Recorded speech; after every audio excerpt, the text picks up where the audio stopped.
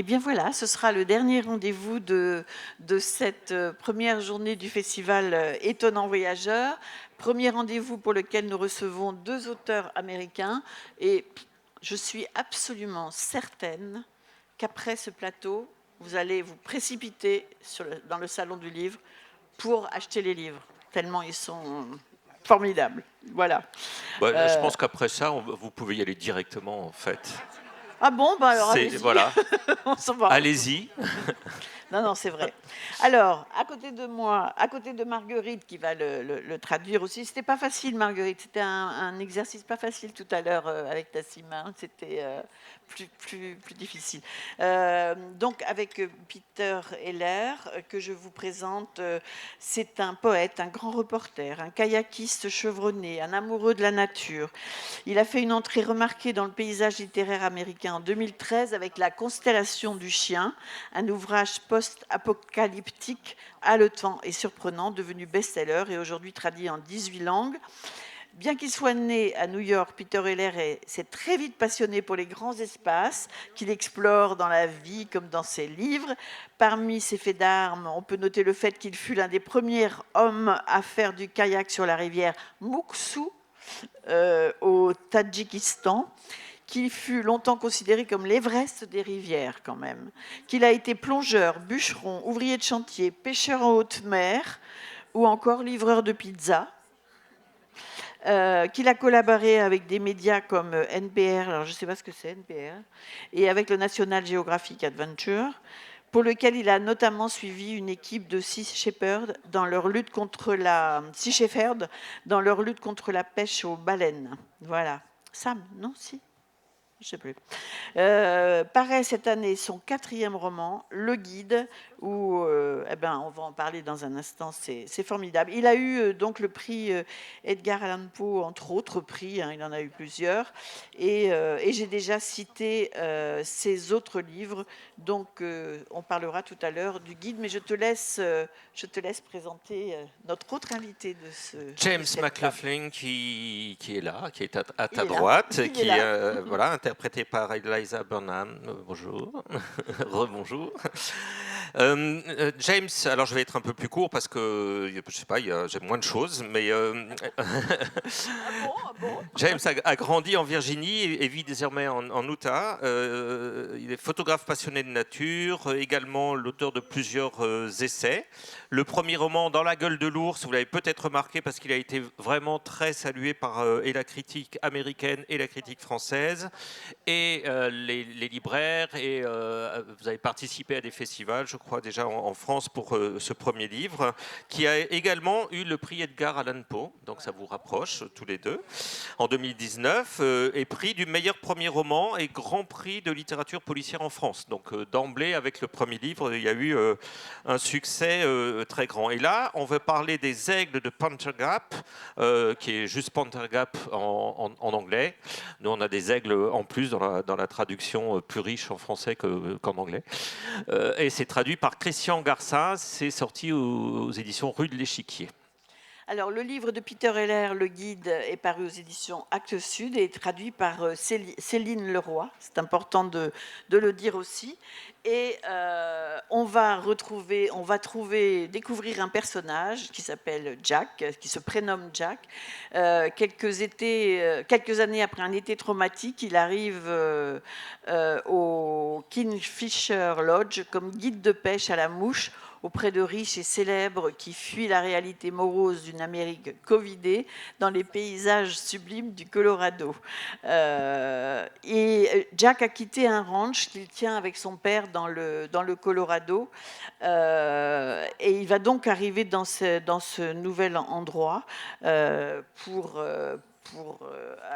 initier à la pêche, comme on le disait, donc des personnages célèbres, etc.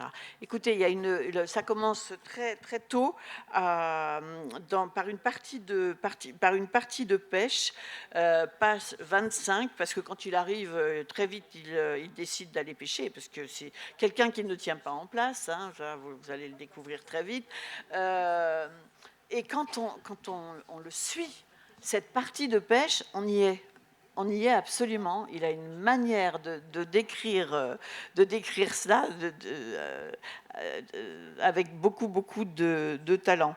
Alors, première surprise pour ce héros, Peter, qui va à la pêche, qui est tranquille, c'est qu'il va découvrir quand même qu'il y a quelque chose de bizarre dans cet endroit, parce que sous un pont, il découvre une caméra. Et il va commencer à se poser déjà des questions. Alors, c'est quoi qu'est-ce que vous avez voulu raconter dans ce livre? I never want to do anything because I just start with the first line. I came up as a poet, and I'm not a very good poet, but I was always more interested in the music of the language than the story or the plot. And so I always start with the first line, whose cadence and music I love. Alors en fait, moi je ne veux jamais rien de précis. Au moment où je commence à écrire, j'ai d'abord une première phrase, une première ligne qui me vient. En fait, moi j'ai commencé comme poète. J'étais pas un très bon poète, mais ce qui est sûr, c'est que je m'intéresse toujours davantage à la musique de la langue que à l'histoire ou à l'intrigue. Donc là, vraiment, ça a commencé avec une première ligne évocatrice pour moi de musique.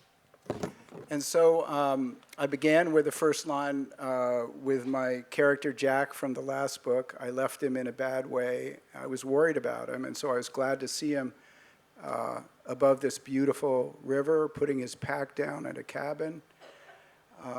And then I thought of something that Lee Child told me. Alors, j'ouvre donc le livre avec cette première ligne où on retrouve Jack. Jack, je l'avais laissé dans le précédent roman dans une situation vraiment pas terrible et je m'inquiétais un peu pour lui. Et là, j'étais ravie de le retrouver, de le voir dans cet endroit magnifique, près de cette belle rivière, poser son sac dans un chalet où il va dormir. Et puis là, j'ai pensé à quelque chose que Lee Child m'a dit.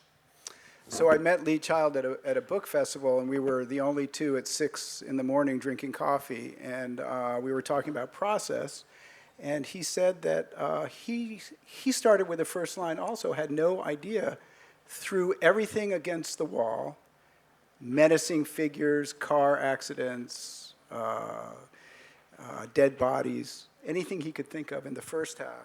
Second half, he mirrored the first half, tied up all the threads. Whatever didn't tie up was a red herring, and I'm good, he said. So I thought I would just try that. So I put everything menacing I could think of in the first few pages, including the camera. Et donc cette phrase que m'a dit Lee Child, en fait, je l'ai rencontré, Lee Child, dans un festival littéraire. Il était 6 heures du matin, on était tous les deux tout seuls à boire du café et on a parlé de notre manière de travailler. Et il m'a dit, moi aussi, je commence simplement par la première phrase. J'ai aucune idée de l'endroit où je vais aller, mais une fois que j'ai ma première phrase, après je balance tout en vrac, des chiffres, des idées, un accident de voiture, des cadavres, etc. Je mets tout sur le mur et ensuite j'essaie de tracer des liens entre tous ces éléments-là. Et si ça fonctionne pas, si ça colle pas, justement, c'est un warning qui me dit que ça rentre pas dedans. Et une fois que j'ai tracé tous mes liens, que j'ai tout mis, que j'ai tout posé à plat, là je commence. Alors évidemment, vous mourrez d'envie d'entendre la première phrase, après ça. C'est évident. Donc, la voici.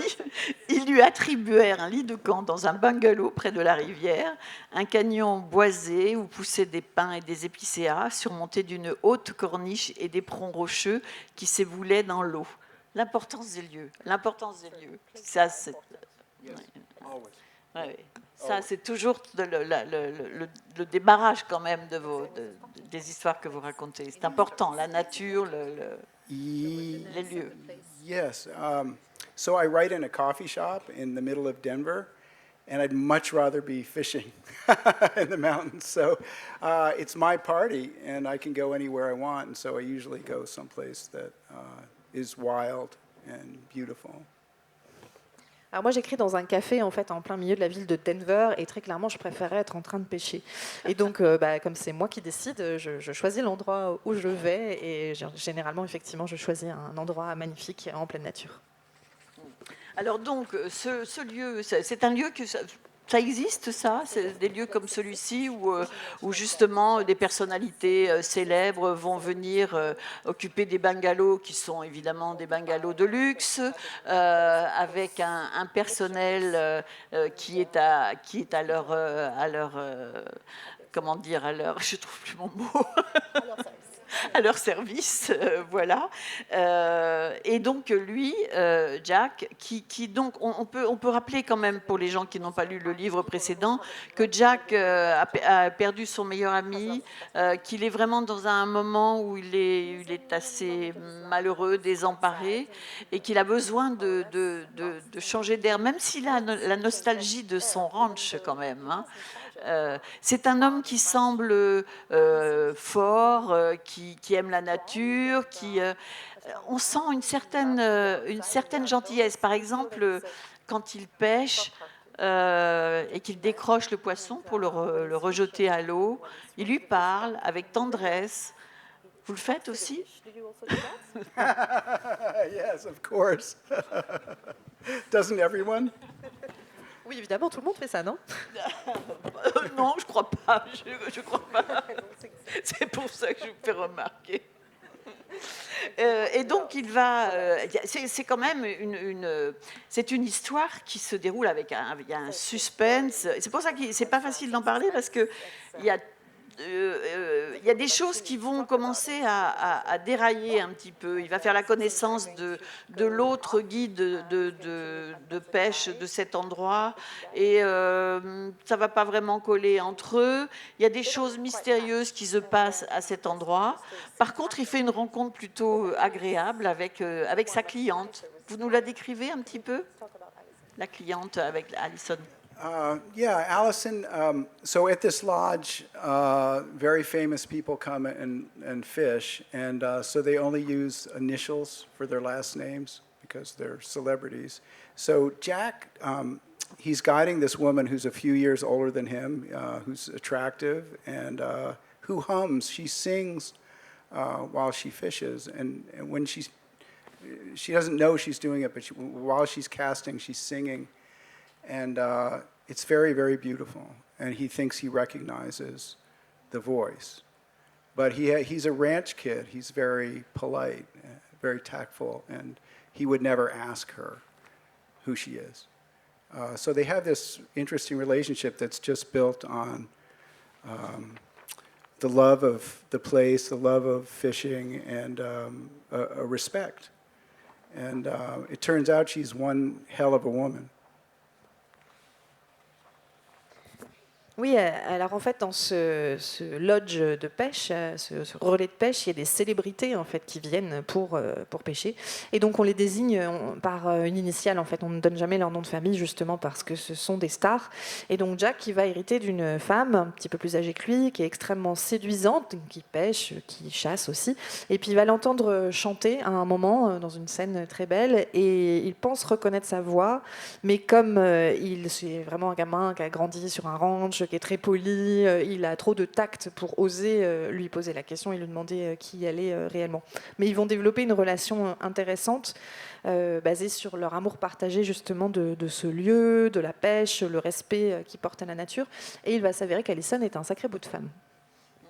Alors, à partir du moment, puisqu'on a parlé de la première phrase, on l'a même lue, à partir de quel moment est arrivé dans votre envie de la décrire, cette femme, ce lieu où il se passe des choses extrêmement mystérieuses et dont on ne parlera pas surtout parce qu'il faut vraiment que les gens le découvrent en lisant le livre, à partir de quel moment c'est devenu en quelque sorte quand même une enquête, une sorte d'enquête. Yeah. I don't know. It's funny. You know, I write, I really believe in momentum. I write 1,000 words every day, 7 days a week. I read that Jack London used to write, and Graham Greene also, used to write 500 words every day. And they always stopped right at word 500, which means that you're always stopping in the middle of something. I mean, they would stop in the middle of a scene in dialogue. And so I do that also. And what happens then if you're writing at that speed, you get a lot of momentum. You can't wait to get up in the morning and write again because you're always stopping in the middle of something. And so there's not a lot of deliberation. You know, it's funny. I once in a while I stop and I think, where is this going? But I'm never quite sure. I want to have as much fun as the reader, as you guys, when I'm writing it. And I think maybe that's partly because I spent so much time on running rivers, and I think writing a story is like being on a river expedition. You put on a narrative current, you follow it into territory that you've never seen before. You come around a tight bend, and you don't know what's going to be there. It could be a cougar, a mountain lion drinking, or a flight of swallows backlit, or a waterfall. And I love that about river running, and I wanted that in my writing process also. And so I never really know, you know, what's happening. I'm just transported, and I'm in it, and I work. Alors je sais pas vraiment, en fait, c'est ça qui est drôle, c'est que en fait moi je crois vraiment à l'élan de l'écriture, à l'énergie qui vous porte. J'écris 1000 mots par jour, 7 jours sur 7, systématiquement. Jack London et Graham Greene, eux, ils écrivaient 500 mots par jour, et vraiment ce sont des auteurs qui s'arrêtaient pile quand ils avaient atteint leur quota de 500 mots. Et donc quand on fait ça, ça signifie qu'on s'arrête évidemment au milieu de quelque chose, parfois même au milieu d'une phrase ou d'une scène en tout cas. Et moi j'essaie de m'imposer de faire ça aussi, parce que quand on écrit à cette vitesse et cette intensité là et qu'on s'arrête comme ça tout pile, et ben il y a cet élan qui vous porte et en fait qui vous donne vraiment envie de vous lever le lendemain matin et de reprendre cette scène que vous avez laissée en plan. Mais ça ne se fait pas vraiment dans la réflexion, avec beaucoup de temps, de débat avec moi-même. C'est vraiment, pour moi, l'important, c'est de se laisser porter, et je crois qu'en fait, ça a à voir avec mon rapport avec les rivières. C'est-à-dire que j'écris un roman quelque part de la même façon que je fais du kayak en eau vive. C'est-à-dire que je me laisse porter, en fait, je crée un courant narratif qui va me permettre d'aller explorer des territoires nouveaux. Et puis, au détour d'un méandre, on ne sait jamais sur quoi on va tomber. Ça peut être un cougar prêt à vous bondir dessus, ou ça peut être une cascade, un oiseau. C'est vraiment ce qui me plaît, justement, c'est que je ne sais pas ce qui va se passer et que je me laisse porter par cette énergie, par ce courant de la rivière et le courant du roman aussi. Pour préciser un petit peu le caractère de ce personnage, Jacques, c'est un grand lecteur aussi. C'est un homme qui aime la littérature, qui est un érudit, qui cite Bachot, qui a suivi des cours à la fac. Il va, par exemple, il va suivre un cours à la fac sur Moby Dick avec Marilyn Robinson, la grande romancière et chercheuse. Elle avait à peu près dans les 80 ans, dit-il, et elle appréciait beaucoup ce personnage, Jack, et donc elle l'invite chez lui, et je vous lis l'extrait. Ils étaient assis dans le jardin sur des fauteuils à bascule, une mangeoire pour colibris suspendue au-dessus d'eux, et ils finirent par parler du réchauffement climatique qui dévastait les forêts dans la vallée où vivait Jack. Il s'était penché en avant, serrant son verre dans la main, et avait dit « Qu'est-ce que le mal, à votre avis ?» Elle n'avait pas réfléchi plus d'une seconde. Elle avait repoussé une mèche de cheveux gris sur le côté de son visage et dit « L'empêchement d'être ». Il peut commenter ce...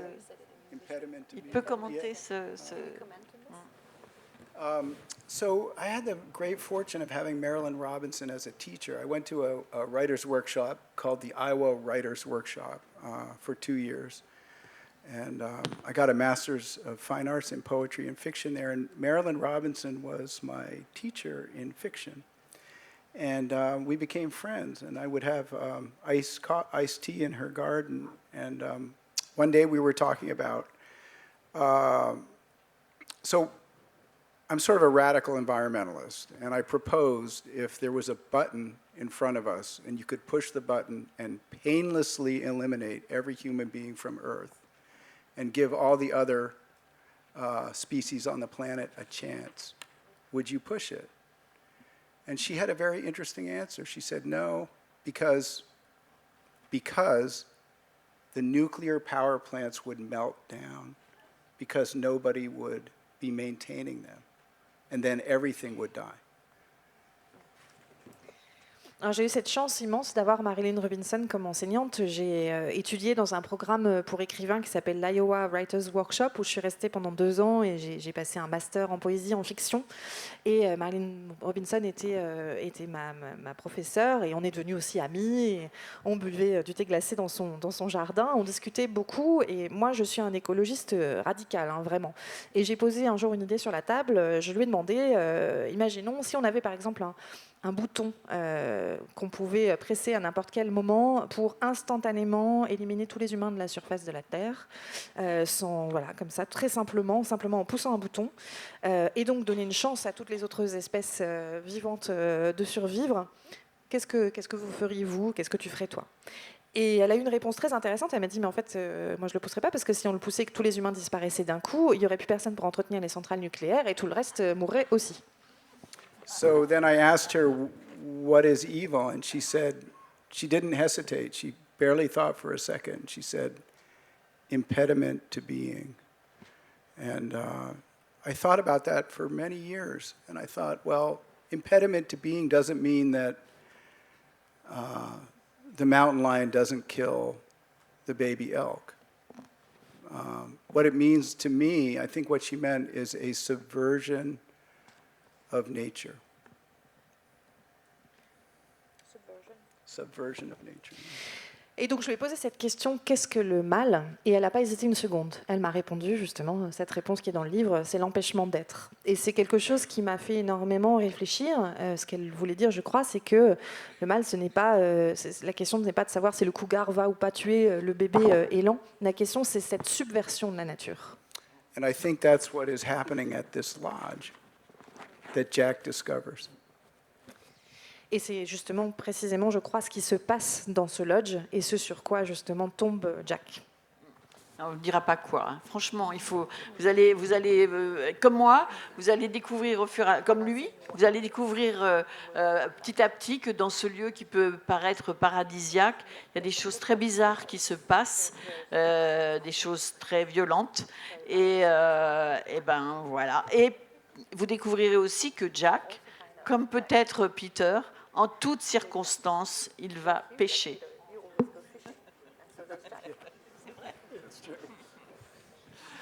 Alors, nous aussi, on va découvrir des choses avec les aigles de Panther Gap. On va aussi découvrir qu'il y a un lieu paradisiaque qui cache beaucoup de mystères. Avec ce livre, on navigue des années 80, fin des années 80, aux années 2010, début 2010, en suivant essentiellement 2 personnages qui sont frères et sœurs, Bowman et Summer, qui passent donc fin des années 80, leur enfance en pleine nature, dans un ranch très isolé, dont on apprend petit à petit, on comprend petit à petit que c'est en fait tellement isolé que personne n'y rentre sans autorisation, que c'est une sorte de lieu secret dans le Colorado.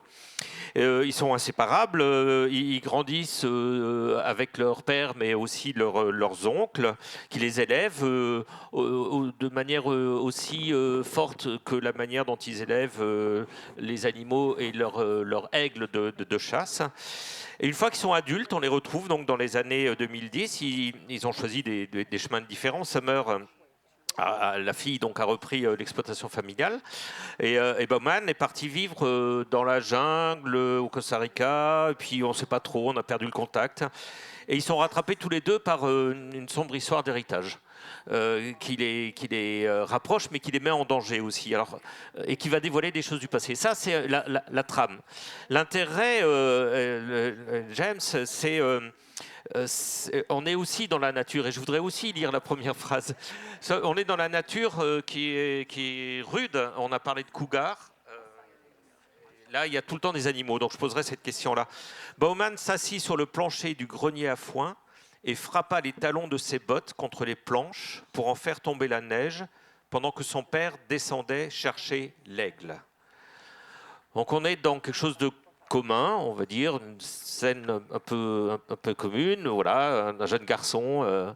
Et puis il y a cette apparition de l'aigle, qui est quand même pas une chose courante, apprivoisée, et une scène qui va se dérouler où il y a quelque chose de presque chamanique qui va se dérouler sous nos yeux.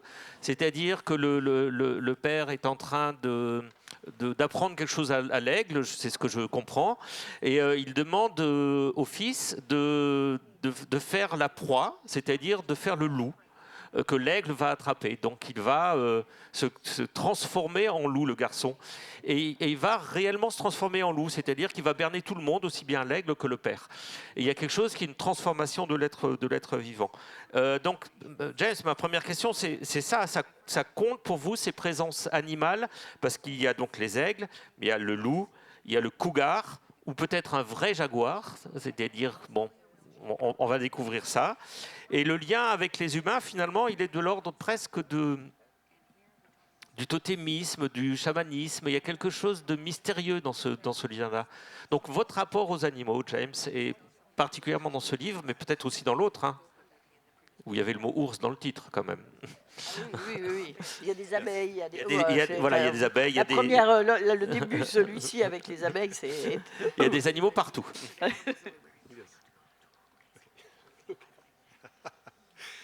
Yes, I wrote about bears in the first book, and this book became a little bit of wish fulfillment. All my favorite animals, I populated this fanciful valley in southwest Colorado with as many wonderful rare animals as I could find, because we're not actually sure that Bowman is seeing all of these animals. He may be imagining some, they may be visions that he's having. Oui, en effet, il y avait des ours dans mon premier livre. Et dans ce livre-ci, ce que je voulais faire, c'est que je voulais mettre en scène tous mes animaux préférés que j'adore, dans cette vallée, disons, complètement imaginaire, mythique, des animaux qui sont aussi merveilleux que rares. Et d'ailleurs, pour ce qui est de Bowman, on n'est pas trop sûr de ce qu'il voit. Est-ce qu'il voit le jaguar? Est-ce qu'il ne le voit pas? Est-ce qu'il est un loup? Est-ce qu'il le devient ou pas? Là aussi, on se pose la question. Je ne sais pas. He does, in a sense, and I leave it up to the reader to some extent to decide how real that is. And to answer a little bit your original question about why so many animals in my books, I grew up spending all my time out in the woods. When I wasn't reading, I was out in the woods. And I enjoyed the company of animals more than I enjoyed the company of people. And I know that's terrible, but that's why so many animals do show up in my work. Oui, en fait, pour ce qui est de Bowman et de son imagination et qui est-il réellement, ça, je laisse aux lecteurs le soin de décider eux-mêmes ce qu'il en est. Pour revenir à votre question, pourquoi tant d'animaux? La façon dont j'ai grandi, j'étais tout le temps fourrée dans la nature et franchement, je préférais passer mon temps avec des animaux qu'avec des gens. Alors, j'ai envie de poser la même question que celle qu'on a posée à Peter tout à l'heure. Est-ce que vous êtes assis tranquillement dans un café en train d'écrire et que le meilleur endroit où vous avez envie d'être, c'est au milieu des animaux sauvages et que du coup, vous allez écrire et décrire, non pas seulement la nature, on est dans le natural writing, mais on est dans le animal writing, je dirais. I don't end up in the cafe like my friend here. I am banished by my wife to the basement when I'm writing.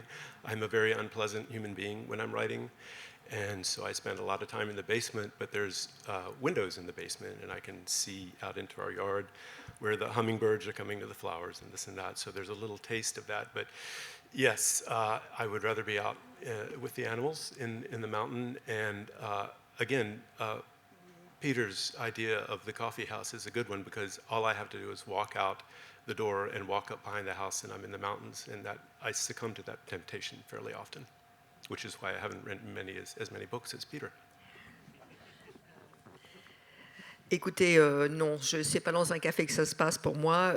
C'est ma femme qui me bannit à la cave et parce que paraît-il que je deviens très désagréable quand j'écris. Quoi qu'il en soit, de la cave, il y a quand même des petites fenêtres. Alors je peux regarder dehors et je peux voir je peux voir des oiseaux, des fleurs. Are you locked up? When you're banished? Quelle bonne idée. Enfin, quoi qu'il en soit, c'est vrai que je préfère être dans la nature à l'extérieur avec des animaux dans la montagne. Et bon, c'est une bonne idée, l'idée du café quand même. Mais moi, j'ai du mal à résister à la tentation de sortir quand je regarde ce qu'il y a à l'extérieur. Et c'est peut-être pour ça que je n'ai pas écrit autant de livres que Peter. Alors, ce qui est étonnant, c'est que vous avez inventé un territoire. Vous l'avez dit tout à l'heure, hein, c'est une contrée imaginaire. C'est-à-dire que cette vallée n'existe pas. Elle est inspirée de paysages que vous connaissez. Mais un peu comme finalement le rapport qu'ont les personnages avec les animaux, on ne sait pas trop ce qu'ils voient, ce qu'ils ne voient pas, ce qu'ils imaginent, ce qui est réel. En fait, vous avez, j'ai l'impression, envie de d'écrire sur un paysage réel, mais tout en inventant un imaginaire. Pourquoi finalement cette incursion dans l'imaginaire alors que vous avez les paysages sous les yeux? Oh, that's a good question. Bonne question. Bonne question. It's a transplanted landscape, really. I set the novel in the far southwest corner of Colorado, which is mostly very dry. There are some high mountains. And I wanted this fanciful valley. I basically transplanted the ecosystem, or a similar ecosystem, to this place from the San Juan Mountains to the north.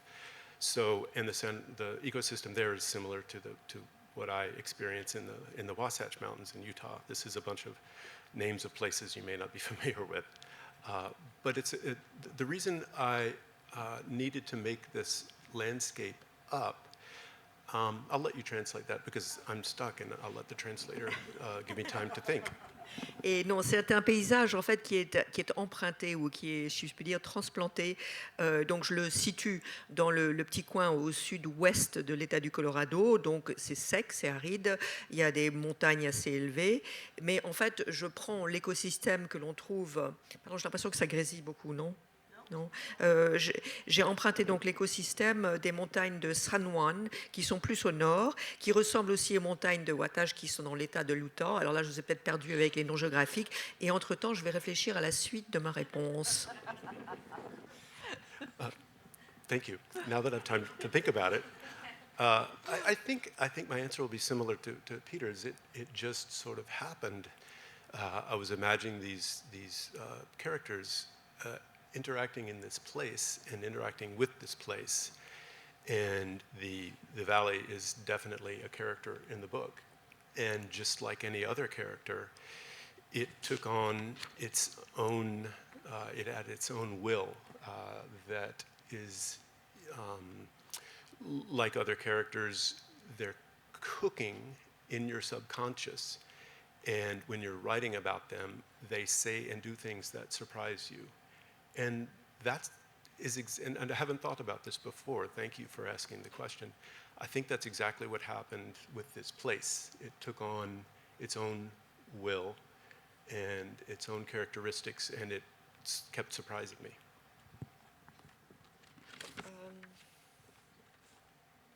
Donc voici comment je vais répondre à la question. C'est un petit peu comme ce que Peter décrit avec ce qui est arrivé chez lui.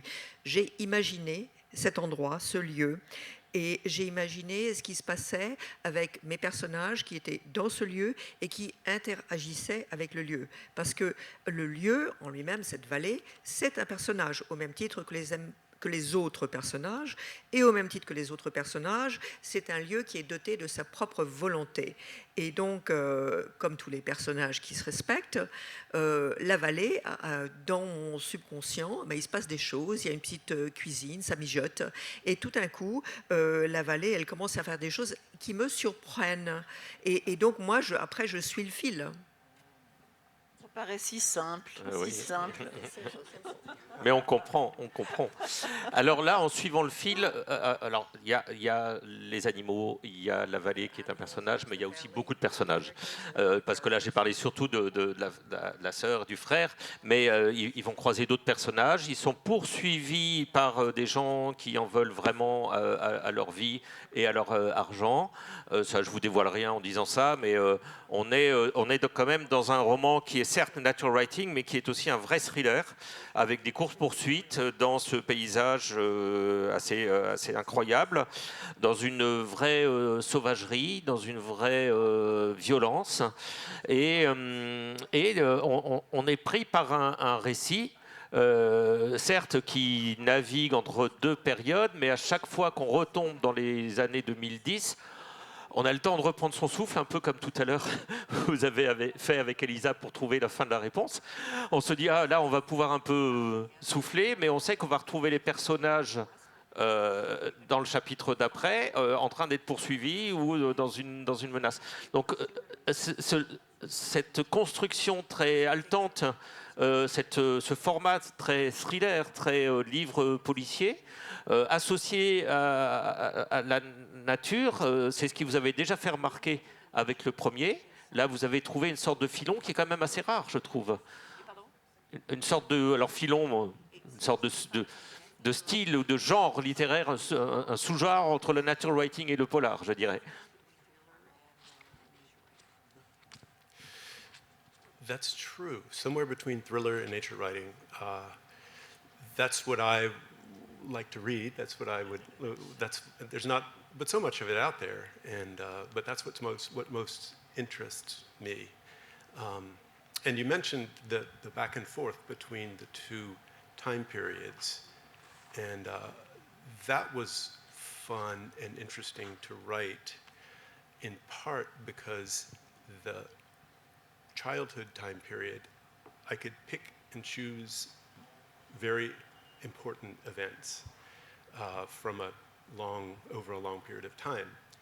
The present time period, I had to make sure it worked almost hour by hour, and I had to figure out that there weren't any gaps and contradictions. But to go to your question, each time period has to inform the other, back and forth. You learn things from the childhood time period that tells you something that's important in the current time period, and vice versa. C'est vrai, j'aime bien votre description polar nature writing.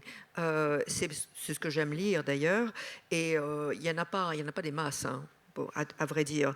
Mais c'est ce qui m'intéresse moi le plus. Alors maintenant, pour en venir à votre question sur les deux périodes, c'est-à-dire le va-et-vient entre les deux périodes, alors ce qui est intéressant, c'est que quand j'écris sur la période où ils sont plus jeunes, j'ai la liberté de choisir des moments, des choses importantes, etc. Je fais mon petit choix des événements qui sont réellement marquants et importants. En revanche, pour la période plus contemporaine, là, il faut que je fasse attention, parce que ça se passe d'heure en heure, c'est de l'action.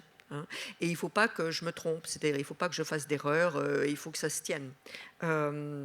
Et il faut que chaque période, en fait, donne des informations sur l'autre période. Donc c'est un dialogue qui nourrit le récit au fur et à mesure. Ouais, je voulais juste revenir quelques minutes sur le livre de Peter Heller, qui est un amateur, enfin son personnage, mais lui forcément aussi un amateur de poésie. Il cite quand même dans le livre un poème qu'il qualifie de plus excis de la dynastie Tang, qui s'intitule Ruisseau d'hiver, et qui est un poème de Lixiu. Voilà, d'un recueil de poèmes qui s'intitule La Pommeraye, et qui est un très beau poème aussi. Alors voilà, on a des gens qui aiment la nature, qui aiment les animaux, qui aiment la poésie. Je ne sais pas si James McLaughlin aime la poésie ou écrit de la poésie, mais en le lisant, ça pourrait. Thank you. Merci. Merci. If I tried to write poetry, I'm afraid I would break something. But I love poetry, yes. I am a very big fan of poetry. Thank you. J'adore la poésie, mais si j'essaie d'écrire de la poésie, je crains que je me retrouverai en train de casser quelque chose. So the poetry of Li Shui, the Tang Dynasty woman poet in the book, she's a fictional poet. And so, so I made up the... Donc c'est son poème. Ah, formidable. So I have many people emailing, saying, I've tried to find the poetry of Li Shui. It's so beautiful. Where do I find it? J'adore. Alors, il faut que je vous révèle un petit secret, qui est que cette poétesse, Li Shui, cette poétesse de la dynastie Tang, en fait, je l'ai inventée, elle n'existe pas. Donc c'est bien moi qui ai fabriqué le poème. Et surtout, je reçois beaucoup d'emails en fait, de gens qui me disent j'essaie de trouver la poésie de Li Shui, je n'arrive pas à mettre la main dessus. Et donc Peter parle et écrit chinois. Donc je résume quand même le livre. Il y a tous les ingrédients, un peu comme tu le disais tout à l'heure, tous les ingrédients d'un polar, dans le livre de Peter Heller aussi. Une montée de l'inquiétude qui est attisée par plein de petits indices, les caméras, les lieux interdits, la confiscation des armes de Jack, la surveillance, un shérif plus que bizarre, etc., etc. Et puis il y a la beauté des moments de pêche, la poésie, la tendresse et la nostalgie. C'est vraiment un très beau livre aussi. Voilà, je crois qu'on vous a donné envie de les découvrir l'un et l'autre. Peter Heller, donc le guide traduit de l'anglais par Céline Leroy, paru aux éditions Actes Sud. Et James A. McLaughlin, il y a un petit A.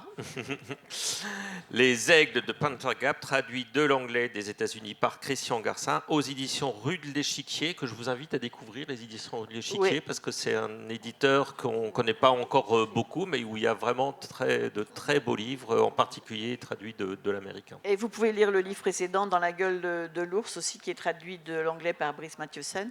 Et parce que moi, j'ai commencé à le lire. Alors là, je l'ai apporté, mais je le garde pour mardi, parce que j'ai encore trop Oui, si on commence à lire d'autres livres que ceux qu'on a pour le plateau, on s'en sort plus. Je le garde pour Maët. mardi prochain pour le petit déjeuner, dès le lendemain du festival Étonnant Voyageur. Mais alors, c'est formidable aussi. Voilà. Merci à vous. Merci. À vous.